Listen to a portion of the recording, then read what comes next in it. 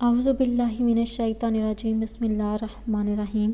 شروع خدا کا نام لے کر جو بڑا ہی مہربان نہایت رحم کرنے والا ہے۔ السلام علیکم ورحمۃ اللہ وبرکاتہ۔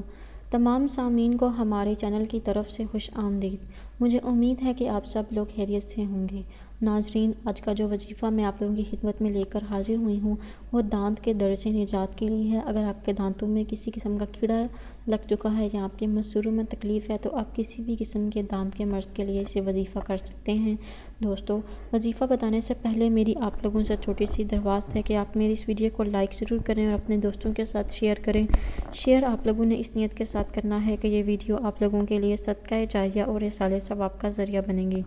دوستو، ہو سکتا ہے کہ آپ ایک شیئر کرنے کی وجہ سے کسی انسان کی بہت بڑی پریشانی یا مشکل حل ہو جائے۔ دوستو، اب میں آپ کو بتاؤں گی کہ آپ لوگوں نے یہ وظیفہ کیسے کرنا ہے۔ اس کو کرنے کے دو طریقے ہیں۔ یا تو آپ یہ وظیفہ کر کے دم کر لیں، اور ایک دوسرا طریقہ ہے جس کے بارے میں آپ کو اب آگاہ کروں گی۔ دوستو، آپ لوگوں نے سب سے پہلے اول واحد 3 مرتبہ درود شریف پڑھ لینا ہے۔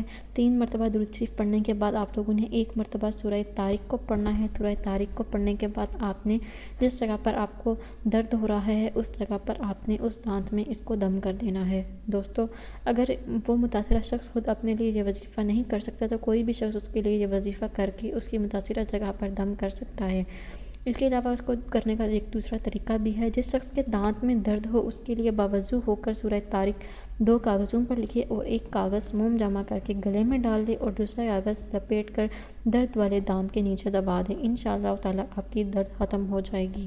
دوستو، اگر آپ لوگوں کو آج کا وظیفہ پسند آیا ہے تو کمنٹس میں اس کا اظہار ضرور کیجیے گا۔ انشاءاللہ تعالیٰ آپ سے پھر ملاقات ہوگی بہت جلد۔ میری اللہ پاک سے دعا ہے کہ اللہ پاک آپ لوگوں کو صحت و تندرستی عطا فرمائیں اور آپ سب کو ہدایت پانے والوں میں شامل فرمائیں، آمین۔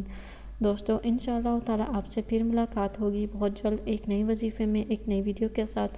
مجھے اپنی دعاؤں میں یاد ضرور رکھیے گا۔ اللہ حافظ و ناصر۔